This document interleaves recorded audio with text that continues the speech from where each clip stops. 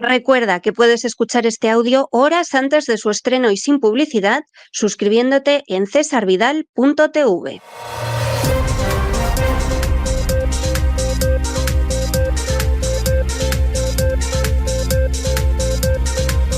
Las noticias del día. Estamos de regreso después de ese editorial que hemos dedicado al discurso de hace apenas unas horas pronunciado online por Donald Trump en Davos. Discurso que habría que destacar que tiene dos partes fundamentales. La primera parte es realmente decir que es una falta de sentido común, pues buena parte de los dogmas de la agenda globalista que precisamente propugna el foro de Davos. El calentamiento global es una majadería que hace un daño económico terrible a los pueblos. La ideología de género, al menos en cuanto implica leyes de discriminación positiva y transgénero, es otra pérdida de sentido común. Las leyes que de alguna manera pretenden favorecer a minorías étnicas o minorías sexuales son otro disparate mayúsculo, y eso lo fue diciendo Donald Trump mientras hablaba de cómo la administración Biden fue un verdadero desastre, lo cual, dicho sea de paso, es innegable en términos objetivos. Es una de las administraciones más desastrosas que ha tenido los Estados Unidos de América en 249 años de existencia, que se dice pronto. Esa es la realidad, esa primera parte. Segunda parte, que es la parte mollar. A mí lo que me importa es Estados Unidos y el resto me trae sin cuidado. Yo voy a poner unos aranceles que efectivamente van a triturar a aquellos que quieran vender en Estados Unidos. ¿Que les duele mucho? Porque son una empresa alemana, una empresa francesa, que realmente no pueden entrar a Estados Unidos. Tráigase usted la empresa a Estados Unidos, que de entrada va a pagar menos impuestos de los que paga en Europa.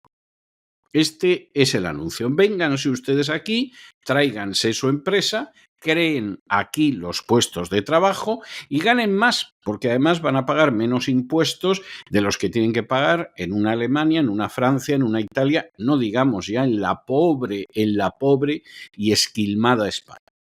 Y este es el mensaje.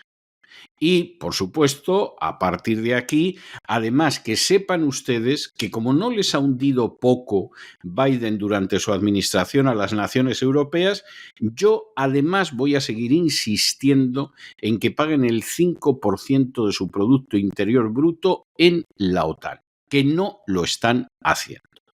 Esto va a ser una manera de sacarle dinero a los europeos verdaderamente colosal, porque además, gracias a Biden, gracias a Biden y a los traidores que se sometieron a Biden, hubo una serie de naciones que entraron en la OTAN y que no estaban, que vivían tan ricamente como Finlandia, y que se da la circunstancia de que, pues evidentemente ahora se van a enterar de lo que es llevar el yugo de la OTAN encima. Todo esto con traidores como aquella primera ministra finlandesa, que por cierto estaba en Davos y tenía que ir a un evento en el Hotel Belvedere, pero mira tú por dónde, el pase se lo debió de dejar y no la dejaron pasar. Y les importó un pimiento que fuera la traidora que ha metido a Finlandia en la OTAN. No cumples con esto y tú ya no eres nada, desgraciada. Te hemos encontrado un trabajo en uno de los chiringuitos de Tony Blair, pero tú no eres nada. Tú ya has servido traicionando a tu país, a Finlandia, metiéndolo en la OTAN, y ahora no entras en el Hotel Belvedere. Y si no, la próxima vez te traes la tarjeta como es debido. Tremendo todo esto. Pero el mensaje de Donald Trump es muy claro y los que no lo quieran entender están en muy mala situación. Donald Trump no está aplicando una política económicamente liberal, ni mucho menos. Cuando Milei dice no, Donald Trump no es proteccionista, o está mintiendo o todavía no se ha enterado de lo que hay. La política de Donald Trump es exactamente todo lo contrario de la política de Milei, que pretende ser una política liberal clásica. Se puede estar de acuerdo con ella o no, pero en cualquier caso no es ni de lejos la política de Donald Trump, que es absolutamente hiper, mega, súper proteccionista y que además es una política con un intervencionismo estatal tremendo. Es que todo lo que hay que hacer lo ha decidido con órdenes ejecutivas. Lo único que no puede hacer al respecto con una orden ejecutiva y tiene que pasar por el Congreso y el Senado es una bajada de impuestos que parece ser que va a ser monumental. Pero todo está decidido por órdenes ejecutivas. Es decir, esto es intervencionismo en estado puro. Puede ser hasta más intervencionista que una política de carácter socialdemócrata, aunque lamentablemente la socialdemocracia en Europa pues ha terminado corrompiéndose absolutamente en manos de la agenda globalista. Pero esto es lo que ha hecho Donald Trump y los que no se quieran enterar de ello, pues peor para ellos. En fin, luego comentaremos alguna cosa más cuando lleguemos a internacional, pero ahora tenemos que empezar nuestro boletín y como siempre lo empezamos con el segmento de España, donde el Senado ha enviado al Tribunal Supremo un escrito con presuntas cuentas de ministros del Partido Socialista que estarían en la República Dominicana. Y ahí supuestamente no solo estaría Teresa Rivera, personaje siniestro, incompetente, donde los haya, sino otros 5 ministros y 2 dirigentes del Partido Socialista. Esto es algo muy delicado, es algo tremendamente delicado, porque se da la circunstancia de que este material ya se entregó a la Fiscalía Anticorrupción. ¿Y qué hizo la Fiscalía Anticorrupción? Pues lo mismo que hizo hace cosa de 1 año y pico, cuando tenía indicios suficientes que mostraban que Montoro había utilizado la agencia tributaria para perseguir a políticos de su partido, a políticos de la oposición y a periodistas críticos, algo que algunos sabíamos desde hace muchos años y llevábamos muchos años denunciando. ¿Y qué pasó cuando esto llegó a la Fiscalía Anticorrupción? Pues que la Fiscalía Anticorrupción ordenó a la fiscal que investigaba la inmensa corrupción desarrollada desde el Ministerio de Hacienda, desde la agencia tributaria por el ministro Cristóbal Montoro, que dejara de investigar. Y cuando la fiscal llevó el asunto ante el Consejo de la Fiscalía Anticorrupción, insistieron en que dejara de investigar y la amenazaron con sanciones si no dejaba de investigar. Y, por supuesto, dejó de investigar. O sea, ya saben, en España hay una Fiscalía Anticorrupción que ante ciertos nombres, en vez de investigar, ordena que no se investigue. ¿Qué pasó cuando estos escritos llegaron en su día en forma de denuncia ante la Fiscalía Anticorrupción? Y ahí aparecía la ministra de Hacienda Montero, aparecía la ministra Rivera, aparecían altos cargos del Partido Socialista como Cerdán y Pachi López. ¿Qué pasó? Que la Fiscalía Anticorrupción, sin investigar nada, absolutamente nada, archivó la causa. Lo cual es verdaderamente fantástico. O sea, como ven ustedes, hay una Fiscalía Anticorrupción en España que en vez de investigar se caracteriza porque no investiga cuando los nombres que hay que investigar tienen cierta altura. Bueno, pues ahora la petición al Tribunal Supremo es que, puesto que no se investigó en su día, que se investigue ahora, porque se está hablando de millones y millones y más millones de dólares relacionados con supuestas cuentas bancarias en 3 entidades bancarias dominicanas. Esto es muy fácil de ver lo que hay. Es decir, se libra una orden a esos bancos de República Dominicana y los bancos de la República Dominicana dicen, no, aquí no hay nada de eso, en su vida esta gente ha tenido aquí una cuenta bancaria, no han tenido nunca dinero, pues se acabó la historia y ya está, se archiva. Que por el contrario, resulta que nos encontramos con cuentas que además son cuentas de millones de dólares y que ahí pues aparece Teresa Rivera, aparece María Jesús Montero, aparece Óscar López, aparece Pilar Alegría, aparece Pachi López y otros. Bueno, pues a por ellos. Es que la cosa no puede ser más clara, pero lo que no se puede hacer es lo de la Fiscalía Anticorrupción. que le llega la denuncia y dice, no se investiga. Como con Montoro, seguimos la doctrina Montoro, no se investiga a los presuntos criminales y corruptos, porque son políticos de importancia. No, esto hay que investigarlo. Que luego la investigación llega a la conclusión de que no hay nada, estupendo. Que llega a la conclusión de que hay algo, hay que ir a por ellos. Así de claro, pedir un suplicatorio, juzgarlos y ver si hay una materia penal que obligue a meterlos en prisión a todos ellos por una larga temporada. Así de claro y así de evidente. En fin, examinamos estas y otras cuestiones que les afectan con la ayuda absolutamente indispensable de María Durán. María, muy buenas noches.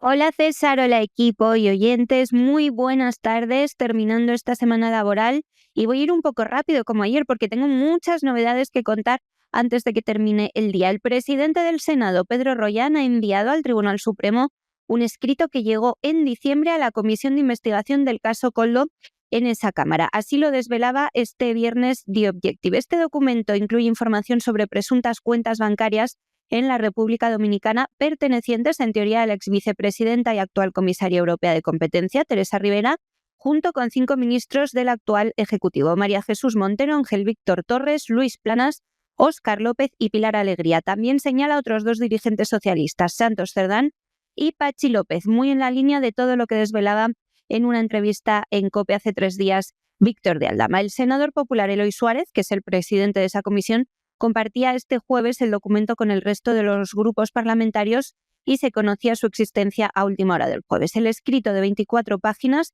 habría sido recibido el 13 de diciembre por Suárez, quien lo obtuvo de un abogado madrileño. 3 días después, el letrado de la comisión, Luis de la Peña, tuvo acceso al texto que detalla supuestas cuentas abiertas en el país caribeño entre mediados de 2022 y abril de 2024 en nombre de esos mencionados ministros y socialistas. El mismo medio afirma tener constancia de esta denuncia hace semanas, pero dice que no ha podido verificar su autenticidad. Mientras tanto, el Gobierno rechaza rotundamente que ninguno de los ministros tenga cuentas en el extranjero. Según verificaciones del diario, los escritos enviados al Senado son parte de una denuncia más amplia de 40 páginas que un abogado presentó ante la Fiscalía Anticorrupción el 7 de enero y que se supone que es la que vio Aldama. La Fiscalía, liderada por Alejandro Luzón, recibió un documento adicional con información similar el 13 de enero, pero aclaró que ambos escritos fueron archivados por carecer de credibilidad, pero sin investigarlos, cosa muy curiosa. Si a cualquier otro nos denuncian, como mínimo se investiga. En el texto compartido con la Comisión del Senado no aparecen mencionadas Begoña Gómez, quien supuestamente, según dijo Aldama, también podría tener cuentas en el extranjero con un valor de 6 millones de dólares, ni Sonsoles Espinosa, esposa del expresidente José Luis Rodríguez Zapatero. Sin embargo, Begoña Gómez sí figura en el escrito presentado a Anticorrupción. Las versiones del documento incluyen titulares de noticias relacionadas con la posible ocultación de dinero en la República Dominicana, señalando que esta podría derivar de actividades delictivas y mencionando decenas de viajes al país cuyo propósito no ha sido esclarecido. Esto es real. Hay vuelos del Falcon a República Dominicana que no están justificados ni por destino ni para repostar. El denunciante aporta información sobre presuntos depósitos y cuentas bancarias abiertas en 3 entidades dominicanas, que serían Banco Caribe, Banco Santa Cruz y Banco Promérica, todas domiciliadas en Santo Domingo. Entre las personas mencionadas, Montero tendría 3 supuestas cuentas, mientras que Rivera, Óscar López, Cerdán y Pachi López 2 cada uno, el resto una sola. El portavoz del PSOE en el Congreso, citado como Francisco Javier Pachi, figura con una cuenta en la que su esposa, Begoña Gil Llanos, es cotitular. También se menciona a Cristina Narbona y Rafael Simancas en cuadros resumen, aunque sin documentos que respalden las acusaciones.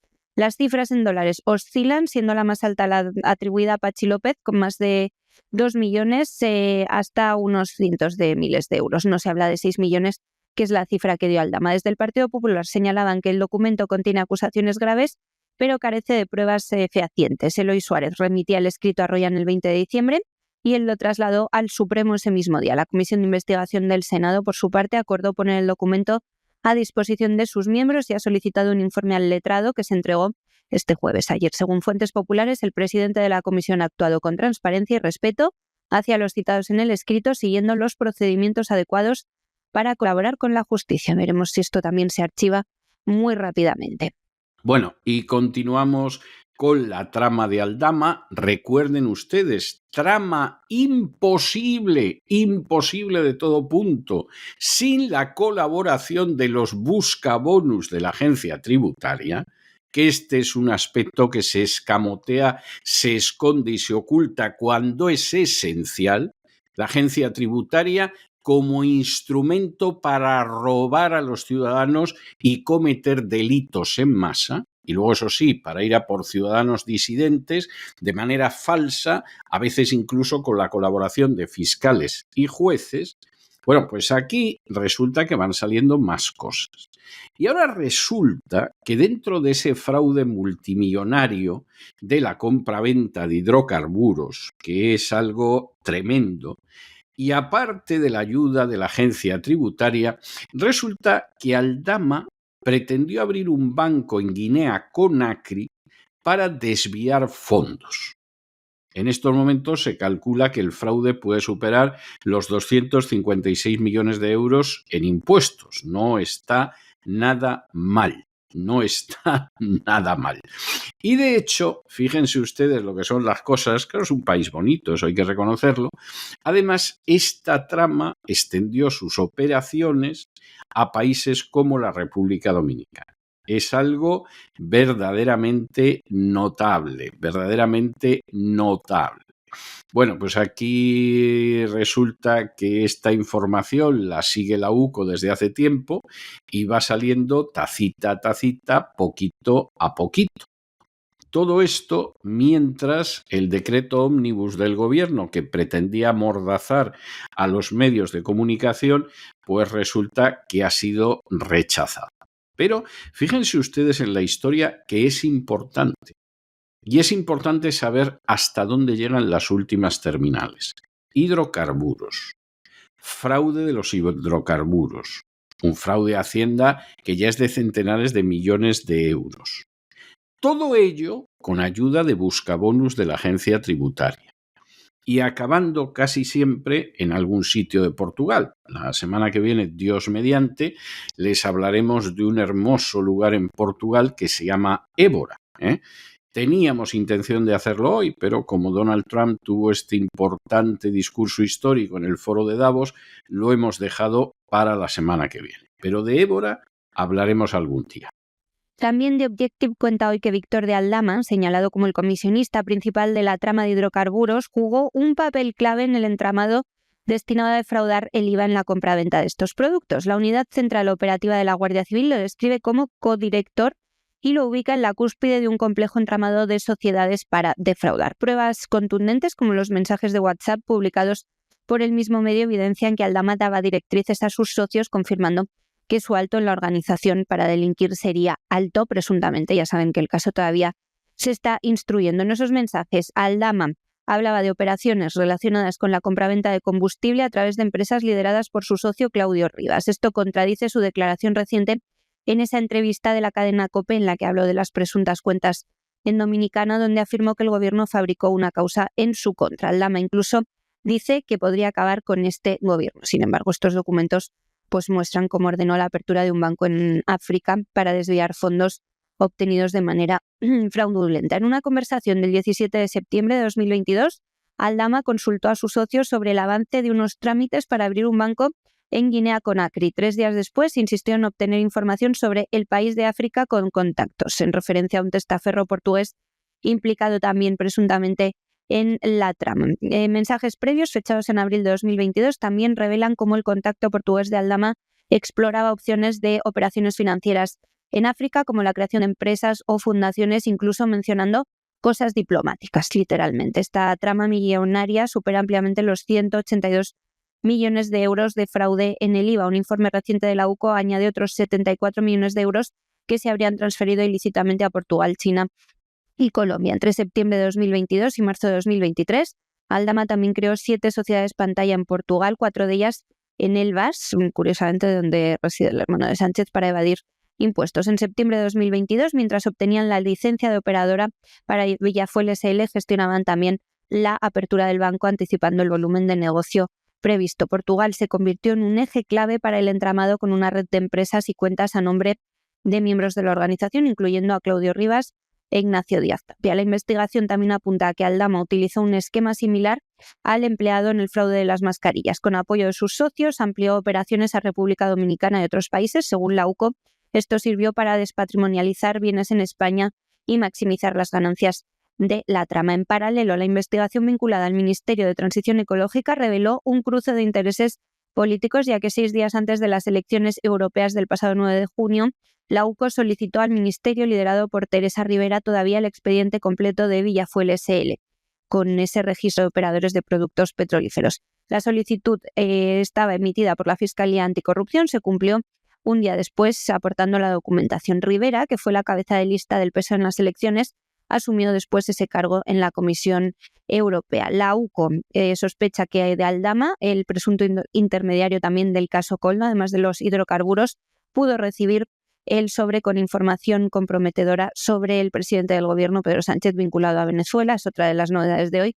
Este sobre habría sido entregado durante un encuentro en un bar de Calatayud, en Zaragoza, tras su salida de prisión, o sea, muy recientemente, junto a su socio y amigo cercano, Luis Alberto Escolano. Según el sumario del caso, el sobre, ya les contamos ayer, contiene información relacionada con la vicepresidenta venezolana Delcy Rodríguez y el petróleo venezolano. En el sobre aparecería la inscripción República Bolivariana de Venezuela, Ministerio del Poder Popular de Petróleo, Petróleos de Venezuela, S.A. Confidencial. El remitente del paquete habría sido Manuel Quevedo Fernández, ministro de Petróleo de Venezuela, entre finales de 2017 y abril de 2020, mientras la destinataria sería la vicepresidenta Delcy Rodríguez.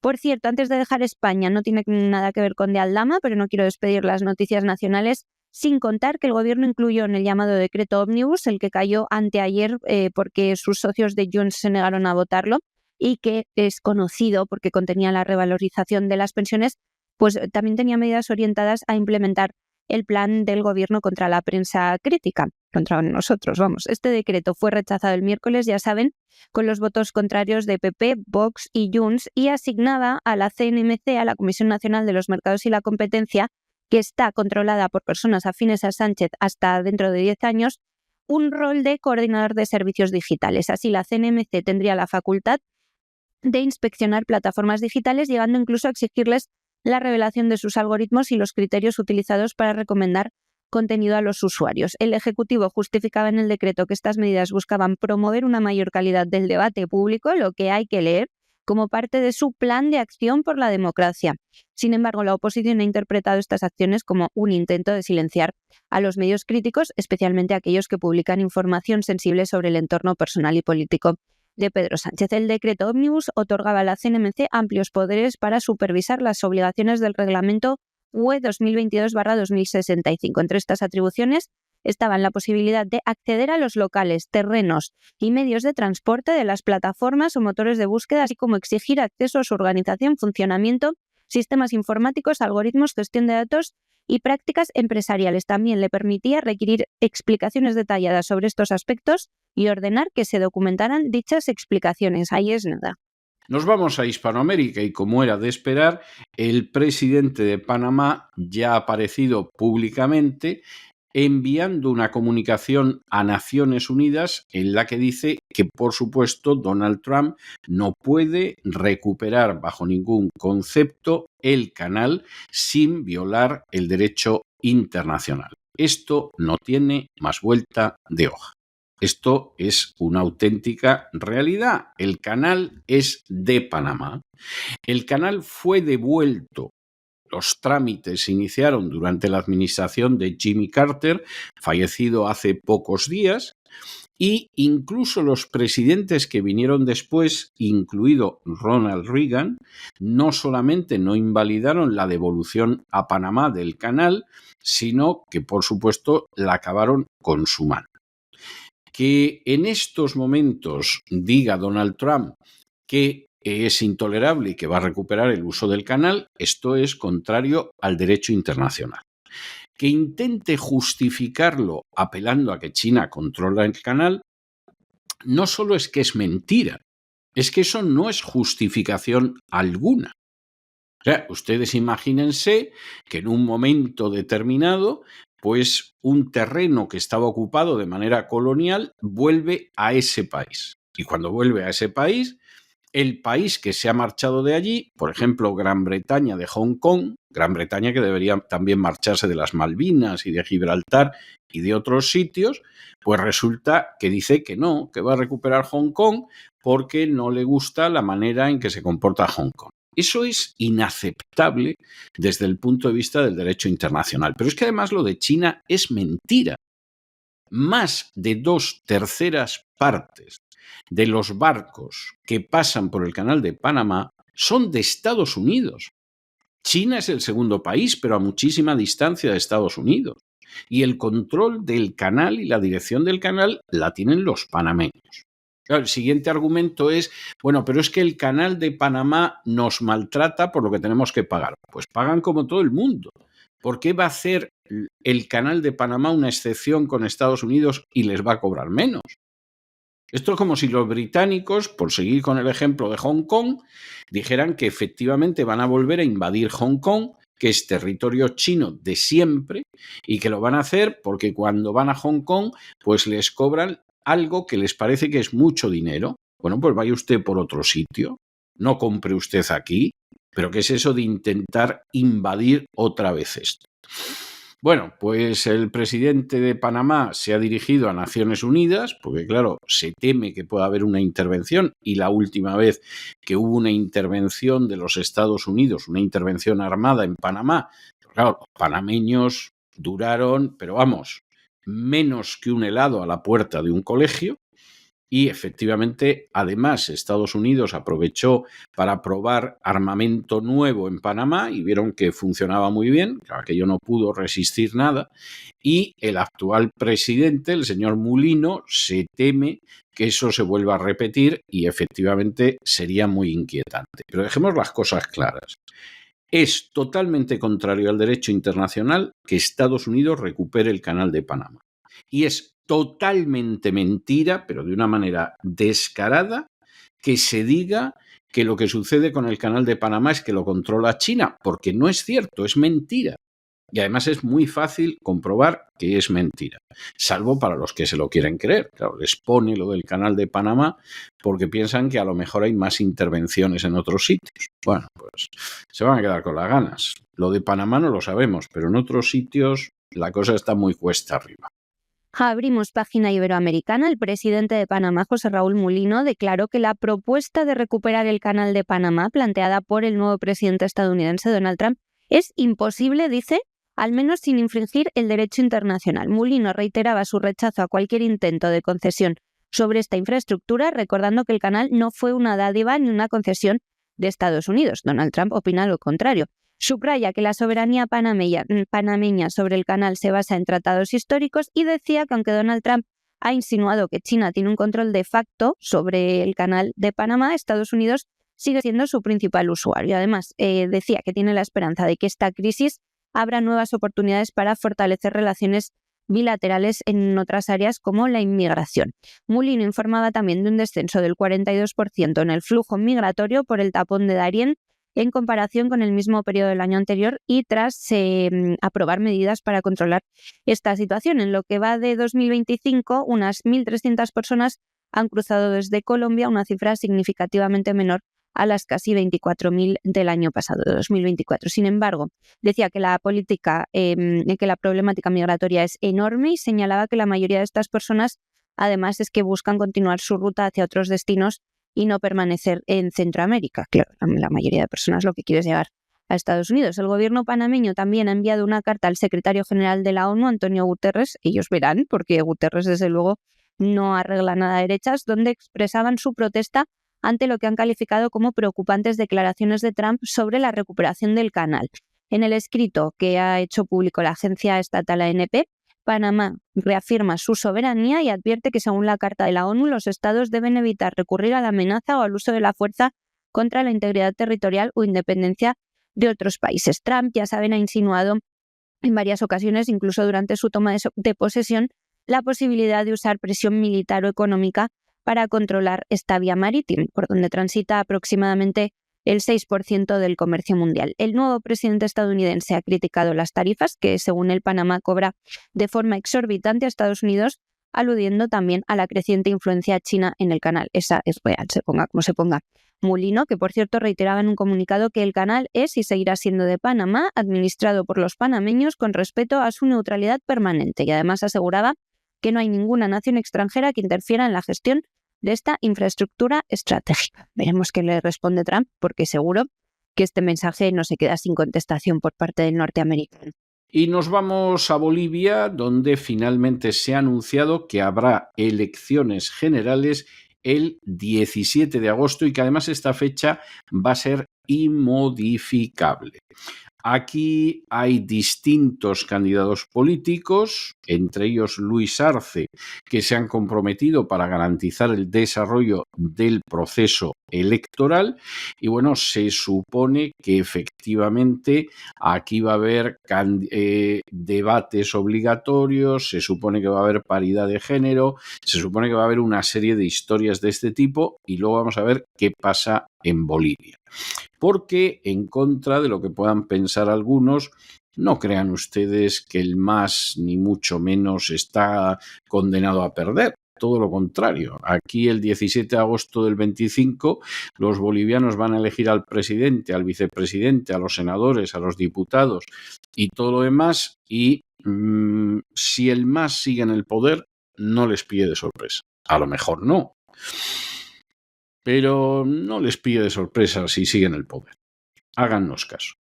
Y también tenemos ya fecha para las elecciones en Bolivia, de la que estábamos pendiente. El Tribunal Supremo Electoral, el TSE por sus siglas, ha anunciado que las elecciones presidenciales se van a llevar a cabo el próximo 17 de agosto de 2025. Ha dicho además que esta fecha es inmodificable. Para garantizar el desarrollo adecuado del proceso electoral, este organismo ha convocado ya un encuentro nacional por la democracia, programado para el 17 de febrero, al que van a asistir todos los partidos del sistema político. El presidente del TSE, Óscar Hasenteufel, realizaba el anuncio en una conferencia ante periodistas en la ciudad de Santa Cruz. Decía que la convocatoria oficial de los comicios se va a emitir entre la primera y la segunda semana de abril de 2025 y calificaba de necesario el Encuentro Nacional por la Democracia, que va a reunir, por ejemplo, al presidente Luis Arce, al vicepresidente David Choquehuanca, a líderes de ambas cámaras legislativas y a representantes de todas las organizaciones políticas del país. El presidente del TSE también destacaba que el objetivo principal es asegurar un proceso electoral robusto y libre, decía, de interferencias, cumpliendo estrictamente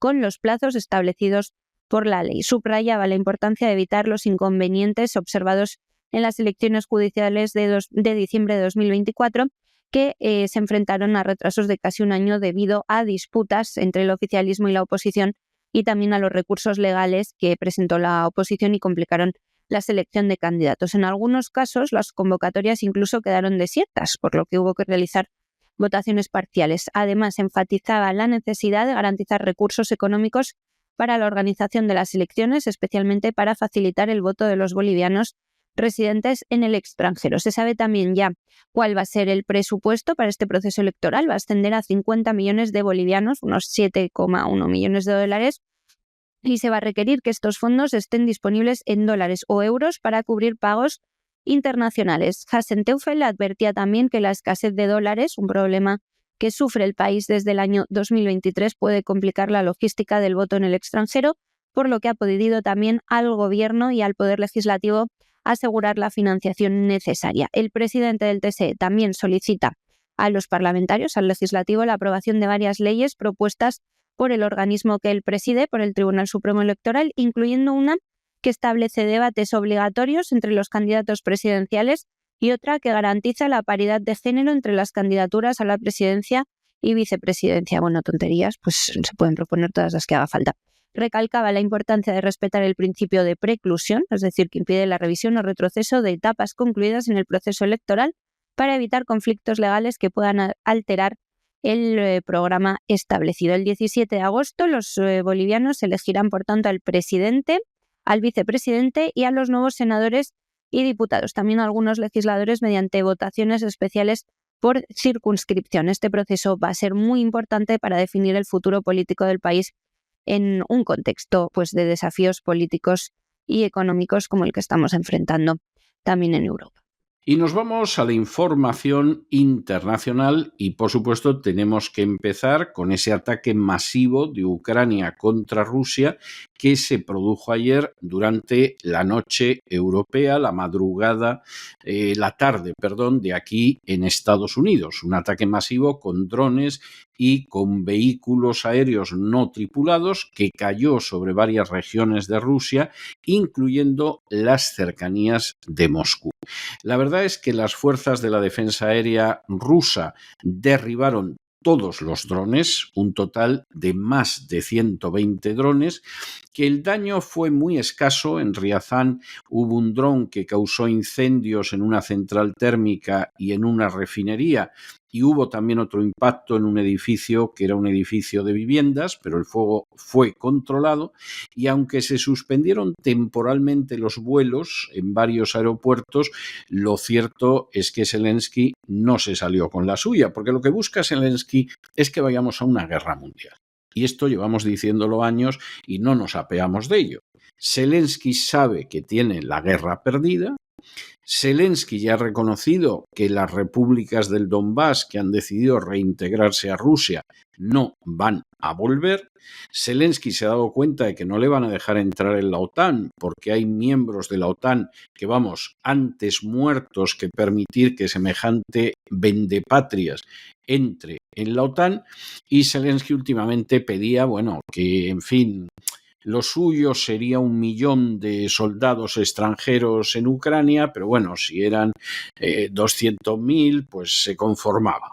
Pues Zelensky está en la idea de que a ver si consigue provocar una reacción brutal de Rusia que le permita justificar que no haya conversaciones de paz y que haga descarrilar el plan del presidente Trump. No hay otra cosa. Ayer le salió mal. La respuesta de los rusos fue contundente, el ataque fue un fracaso, derribaron todos los drones y en última instancia, pues esta es la historia que hay. Pero no pierdan de vista a Zelensky, es un criminal, es un dictador, es un vendepatrias, es un liberticida de antes de la guerra contra Rusia. Es de lo más infecto que hay en un panorama de gobiernos en todo el mundo, que son bastante infectos muchos de ellos. Pues Zelensky es de lo peor, de lo peor. Y además se teme que efectivamente tiene los días contados, porque en un momento, Dios quiera que no muy lejano, se va a llegar a la paz con Rusia, y en ese momento pues habrá elecciones y Zelensky no tiene posibilidades de que lo elijan ni para ser el que limpia los retretes. Y vamos ya con las noticias internacionales. Volodymyr Zelensky se empeña en tensar la situación con Rusia antes de que Donald Trump fuerce el inicio de las conversaciones para lograr un acuerdo de paz al que ayer se refirió otra vez. Se lo contamos enseguida. Las Fuerzas Armadas de Ucrania han lanzado la pasada noche un ataque masivo con drones en varias regiones rusas. Cuando digo masivo, es masivo. Atentos ahora a las cifras. Los intentos han incluido aproximaciones hacia Moscú desde diferentes direcciones. Por el norte a través de Shelkovo, por el este a través de Ramenskoye y por el sureste a través de Koloma. Por el sur lo han hecho a través de Podolsk. El ataque ha sido, dice Rusia, completamente repelido por sus fuerzas de defensa aéreas que habrían derribado todos los drones involucrados en la amenaza. Debido a la situación, se han impuesto restricciones temporales al despegue y aterrizaje de aviones en los aeropuertos de Vnukovo, Domodedovo y esto es imposible decir, Zhukovsky, redirigiendo algunos vuelos a otros aeropuertos cercanos alternativos. También los aeropuertos de Kazán, Nizhmazk, Penza, Samara y Satarov han suspendido temporalmente sus operaciones. En la región de Riazán, el ataque ha provocado daños notables. Sí, se ha reportado un incendio en una central térmica y también en la refinería de petróleo de Novo Riazán tras la caída de los escombros de un dron derribado, no porque haya impactado directamente el dron, sino por los cascotes. Además, un UAV, que es un dron, ha impactado contra un edificio residencial, aunque provocó un incendio que se controló afortunadamente rápidamente, no hubo que lamentar daños personales. En total, las fuerzas rusas dicen que han destruido, ya les decía que mucha atención a los números, 121 drones ucranianos durante la noche. En las siguientes regiones han destruido 37 en Briansk, 20 en Riazán, donde se han causado daños en la central, 17 en Kursk, otros 17 en Saratov, 7 en Rostov, 6 en Moscú y Belgorod, 6 en cada una de las ciudades, 3 en Voronezh, 2 en Tula y Oriol, otros 2 en Lipetsk, 1 en la República de Crimea y otro en la propia Moscú. Además, entre las 7 de la tarde y las 10 de la noche, los sistemas de defensa aérea rusos interceptaron 49 drones adicionales sobre Crimea, Briansk, Belgorod y Kursk. Como medida de precaución, se ha informado de la suspensión temporal de vuelos en 6 aeropuertos rusos, como les decía, Kazán, Nizhmat, Penza, Samara, Saratov y Ufa. La situación refleja pues, cómo se ha vivido una noche de muy alta tensión en varias regiones de Rusia. En este contexto, las declaraciones oficiales por parte del Kremlin han sido muy firmes en cuanto a la preparación y capacidad de respuesta frente a los ataques. También persiste el debate sobre las intenciones estratégicas detrás de estas acciones y las implicaciones que va a tener para el conflicto en Rusia. Y es que, como digo, todo apunta a que Zelensky, desde luego, lo que quiere es seguir atacando indiscriminadamente hasta que no tenga más remedio que sentarse a negociar, como ya ha anunciado Trump, que van a tener que hacer tanto Vladimir Putin como Zelensky.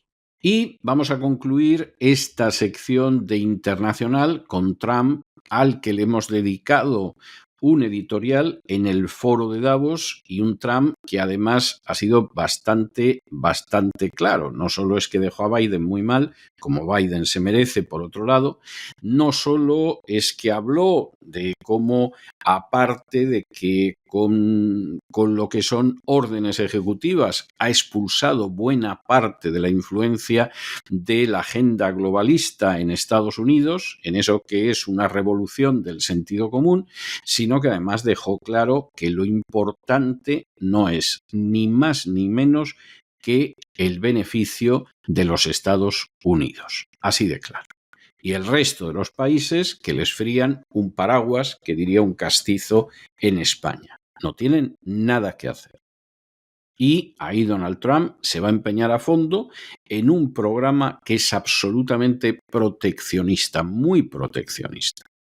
Y o si eres un país extranjero y produces algo, o bien te vamos a triturar con lo que son los aranceles, te tienes que buscar otro mercado, porque desde luego en Estados Unidos no vas a poder competir con los aranceles, o pliegas en tu país de origen y te traes las fábricas, los negocios, lo que sea, a los Estados Unidos, que te vamos a cobrar muy poquitos impuestos y, por supuesto, los empleos se van a quedar en Estados Unidos y van a desaparecer en el país de origen.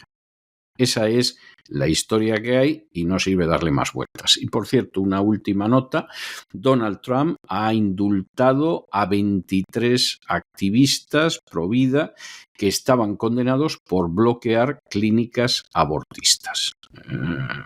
Es discutible que Donald Trump sea pro vida, pero hay que reconocer que por lo menos está apoyando la causa pro vida, porque sabe que ahí tiene un caladero de votos importante. Y los ha indultado, cosa que por otro lado nos parece muy bien. De manera que ya saben cómo van las cosas. Y la verdad es que Donald Trump estuvo en Davos que se salía. Llegó a elogiar a Ana Patricia Botín y al Banco de Santander. Vamos, si esto no es saber cómo actuar de manera diplomática y el resto del mundo me importa un pimiento, bueno, pues el día menos pensado el Banco de Santander se convierte en el Banco de Miami y acaba teniendo su sede en los Estados Unidos. ¿Cómo van las cosas? No crean ustedes que el elogio a Ana Patricia Botín fue simplemente una muestra de amabilidad, de cortesía, de caballerosidad. Aquí hay cosas por medio. Y hombre, yo si fuera un empleado del Banco de Santander en España, en estos momentos, después del elogio de Donald Trump a Ana Patricia, me sentiría inquieto. Me sentiría inquieto y empezaría a ver, solo por ver, las posibilidades de otro trabajo. Y precisamente de Donald Trump, el nuevo presidente de los Estados Unidos, terminamos hablando porque ha participado de forma telemática en el Foro Económico Mundial de Davos. Lo hizo este jueves a última hora de la tarde. Y después incluso estuvo presente en un coloquio en el que intervino Ana Patricia Botín, a la que le llegó a decir que conoce su banco, el Santander, y que hace las cosas muy bien, para que luego digan que Donald Trump no es diplomático. En su discurso ante los líderes globalistas congregados en Davos, Trump criticaba duramente la gestión del expresidente Joe Biden, su predecesora, quien responsabilizaba de diversos desastres económicos y sociales. Decía Trump: con mi gobierno no habrá cabida para políticas que deterioren el nivel de vida de las familias estadounidenses. Recuperaremos la estabilidad y la prosperidad para cada hogar en el país, aseguraba. También prometía invertir miles de dólares en cada familia para mitigar lo que calificaba como los peores años de la historia reciente. En el ámbito económico, lo más importante en Davos, destacaba su plan para posicionar a Estados Unidos como un destino privilegiado para la inversión y la manufactura, claro, con medidas absolutamente proteccionistas que suponemos para Estados Unidos serán muy buenas, muy positivas, pero que desde luego al resto del mundo nos vienen fatal. Decía a los inversores: si producen aquí, tendrán beneficios fiscales; si no, enfrentarán aranceles que incrementarán nuestros ingresos, explicaba. También anunció que va a realizar inversiones importantes en sectores clave como infraestructura energética e inteligencia artificial. Esto ya lo había dicho también el día anterior, con el objetivo de impulsar la reindustrialización y reforzar la soberanía económica de Estados Unidos. En política internacional también hizo comentarios. Instó a Arabia Saudí a reducir el precio del petróleo y exigió el cese inmediato de la guerra entre Ucrania y Rusia. De hecho, dijo: Estados Unidos está listo para imponer severas sanciones a Vladimir Putin si no detiene este conflicto, advertía, manteniendo una postura firme frente al Kremlin. Echamos de menos que dijera algo sobre Zelensky, pero también es cierto que cuando intervino en Davos todavía no se habían producido estos ataques masivos e indiscriminados de Ucrania sobre Rusia. Por último, el presidente también reafirmaba su rechazo a los acuerdos internacionales sobre cambio climático. Ya saben que se ha retirado del Acuerdo de París. Confirmaba que Estados Unidos va a permanecer fuera. Decía: dejaremos que los estadounidenses decidan libremente si quieren conducir vehículos eléctricos o convencionales sin presiones externas. Además, anunció este jueves, esto ya completamente ajeno al foro globalista de Davos, el indulto a 23 activistas pro vida que estaban condenados por bloquear el acceso a clínicas donde se realizan abortos en el país. Esta decisión llegaba un día antes de la Marcha por la Vida, un evento anual que es muy importante en todo el mundo. El de Washington es muy grande también, contra la legalización del aborto, y hoy regresa ese evento a la capital estadounidense. Comienza a las 5 de la tarde hora local, es decir, en un ratito corto. Se espera que acudan como mínimo unas 150.000 personas. Al respecto de los indultos, Trump decía que estas personas no deberían haber sido procesadas, muchos de ellos son mayores. Es un gran honor firmar este indulto, estoy seguro de que estarán muy contentos, lo decía, firmando ese documento ante los periodistas congregados en el despacho Oval, mientras oficializaba esta medida. Los activistas indultados habían sido acusados de infringir la ley de libertad de acceso a las entradas de clínicas, la ley FACE, por sus siglas en inglés. Dicha norma considera delito federal, o sea nacional, el uso de amenazas, fuerza, obstrucción o daños a la propiedad para interferir con servicios, dice, de salud reproductiva, es decir, abortorios, según decía el diario estadounidense The Hill. Entre los indultados se encuentra un grupo de personas que en octubre de 2020 entraron en una clínica de abortos justamente en Washington, se encadenaron y bloquearon la puerta. Este acto fue muy conocido en su momento porque se retransmitió en vivo en las redes sociales y duró varias horas. Estos activistas pro vida estuvieron varias horas encadenados a la puerta hasta que la policía los arrestó. Durante la marcha pro vida, aunque Trump no estará presente en persona, tiene un viaje, se espera que sí participe con un mensaje de vídeo pregrabado. Quien sí va a estar es el nuevo vicepresidente, JD Vance, que va a ser además uno de los principales oradores del evento. Ya saben que Vance, además de ser católico, es un gran defensor del derecho del no nacido a vivir. En medio de esta semana marcada por numerosas acciones y órdenes presidenciales, Trump anunciaba este jueves el indulto. Este es un momento histórico, decía también Marjorie Defensel, presidenta del Grupo Nacional Antiaborto SBA Pro-Life América. Decía también la portavoz: organizamos una marcha cada año, pero esta tiene un significado especial. Acabamos de atravesar la primera elección presidencial tras la decisión Dobbs. Ahora contamos con una administración provida de republicanos en la Casa Blanca, la Cámara y el Senado. Así que bueno, una noticia esperanzadora y positiva para terminar esta semana en general tan negra en cuanto a noticias en todo el mundo y tan gris por el tiempo. Y hasta aquí hemos llegado con nuestro boletín de hoy.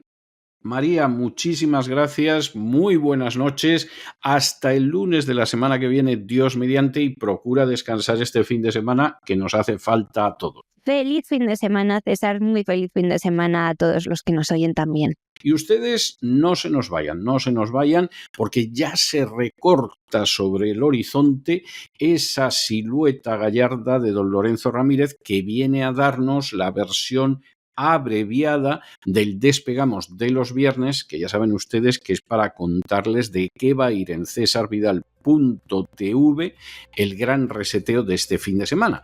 Después tendremos a Cristina Seguí, que nos va a decir cómo irá la mafia feminista de este fin de semana en cesarvidal.tv, y finalmente aparecerá por aquí Gustavo Vidal, director de Buscando el Cao, para contarnos qué guantazos vamos a ver este fin de semana en cesarvidal.tv en el programa que él dirige.